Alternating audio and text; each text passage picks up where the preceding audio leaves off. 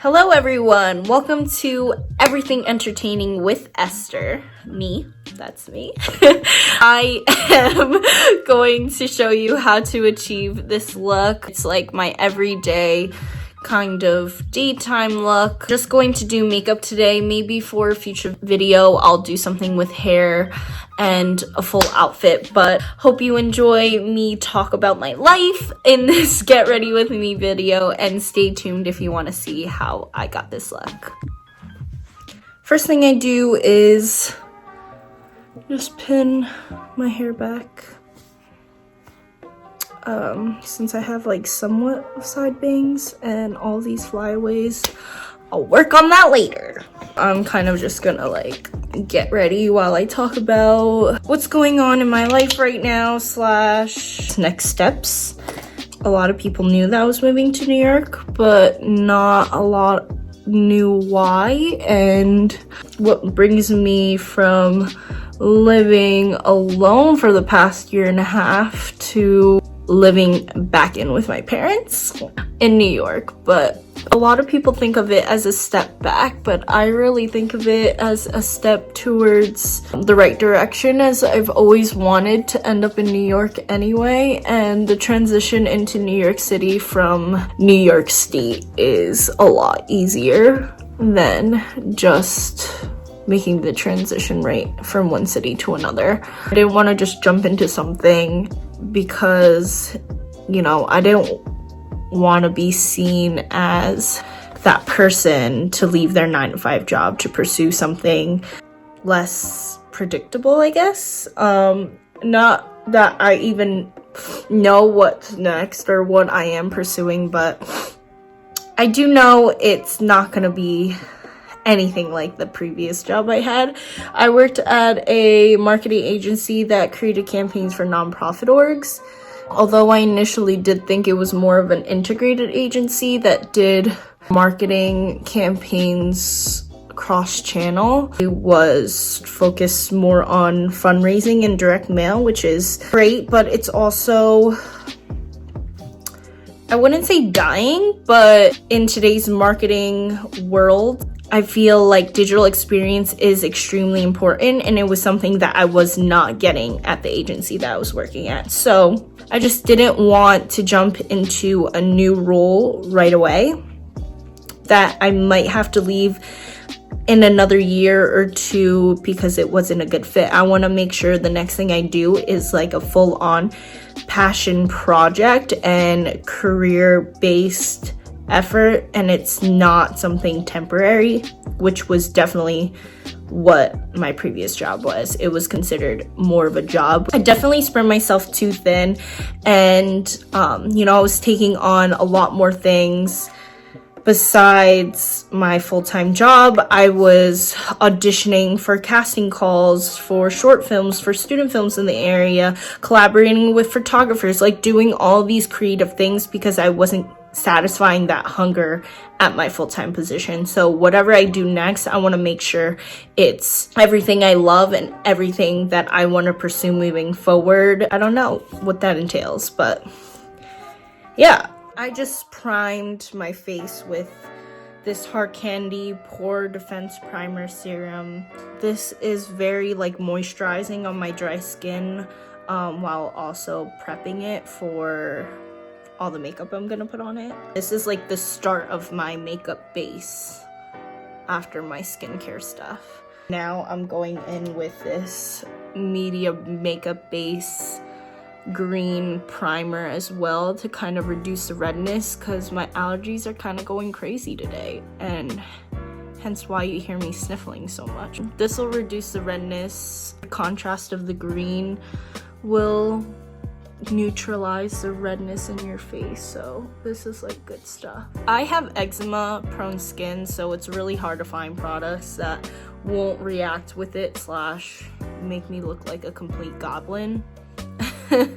Anyway, back to the actual story. New York was something that I've always craved. Every time I came back to visit my friends or my family who live in the city, I constantly felt a part of me was missing, because culturally it is so different from Boston. For those of you that have been to both cities, Boston and New York are so different in a lot of ways, whether it be food, people, culture, experiences, things to say, things to do. One of the examples I can give is just dating.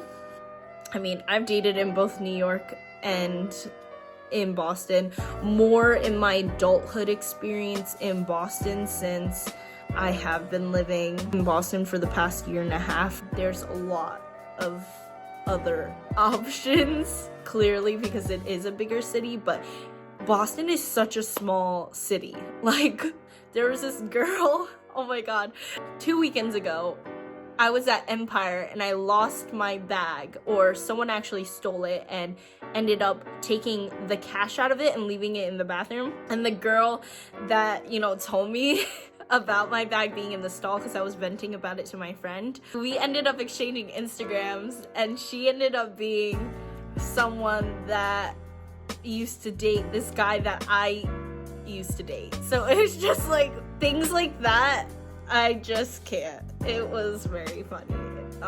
But back to the makeup, I'm using this NARS concealer, and I have like this tub of hot water I used to melt the concealer because it was kind of thick, and it's a Radiant Creamy Concealer in medium 3. I think this shade is kind of dark for being used as like a concealer highlighter, but yeah, I just use it under my eyes. But yeah, the water definitely helps because it was so dry before and nothing was coming out of it. And I just kind of put it on spots where I know needs extra concealing. Yeah, I'm not a beauty guru, but I do know a lot about makeup, so. And then I'm using a wet beauty blender to blend the concealer out. I asked on Instagram what questions people might want me to answer on this video. One of the questions was, how would I describe my style? I feel like my style is very unique. There'll be days I'll wear like a lot of urban street wear, and there'll be days where I wear business chic, formal shit. I don't know. I can't even describe it. Overall, I'd say it's like urban chic. Urban chic is like my thing. I'll wear blazers all the time, but I won't wear it with like business pants and shit. I'll wear it with like a bralette and like leather pants. I just got a notification. I didn't know what that was, but I'm gonna draw a heart on my face. This is my favorite foundation. Make sure whatever you use is buildable. So this is a Silk Cream oil-free photo edition foundation. I find this one to be really good. I find this one to be really good because it is buildable and it's more sheen. It's great for like a light layer on your face. I really don't like thick makeup at all. I find that the beauty blender is so important because there'll be days where I'm in a rush and I won't use a beauty blender and it'll like splotch out here and there, and then when I bake my face you can see like the lines where I dragged it. I'll look in the mirror and be like, fuck, how do I get that out? And you can't really unset your face. I'm back in New York, and honestly, like, future goal is to really just focus on what I want to do for the rest of my life. I want the next thing that I do to be my whole passion project. I find that the hardest part about moving here was definitely like just transitioning in general. I didn't want to disappoint my parents. Not that me moving back would disappoint them, because they never thought of me moving back to be burdening, but considering how much they sacrificed for me and everything that they've done up until now, I didn't want to be seen as, you know, a burden. And my parents, my mom was like, there's nothing to be prideful for. You're my daughter. I'm here for you for anything. And that really like touched my heart. My mom is literally the best. She has supported me and sacrificed a lot, and so has my dad. Am I closer to my dad or my mom? I think my mom favors my brother the most out of the three of us. And growing up, I used to have like middle child syndrome because I was treated the worst out of the three kids. Like, if it was an argument between all three of us, I'd probably be the one to get in trouble and my mom always claimed it was because I was the loudest. That's just so not fair. I even remember, and all my like middle school and high school friends who grew up with me will tell you, I always got in fucking trouble in school, in class, because I was the loudest. I'm not gonna lie, like, people who know me today, like, they know I'm loud. They know I'm very outspoken. But that shouldn't be the reason why you get in trouble more than the other. But it is what it is. Today, I feel like my parents love me the most. Like, their energy definitely just has shifted towards me and how they act towards me. And my dad especially, he has definitely shown that he favors me of the three of us. We are pretty close now. Like, I would consider my sister one of my best friends because I can tell her literally anything. I go to her for real big life decision advice, but I also even consider like my parents my best friends now. I haven't really been home for long periods of time since high school, so obviously that dynamic has changed. I just baked my face with the translucent powder by Laura Mercier, and I use KKW Beauty's medium contour kit, and if you can tell, this is like what I was using as a mirror. It's kind of a shit show in there, but I used two contour shades to contour my cheeks, my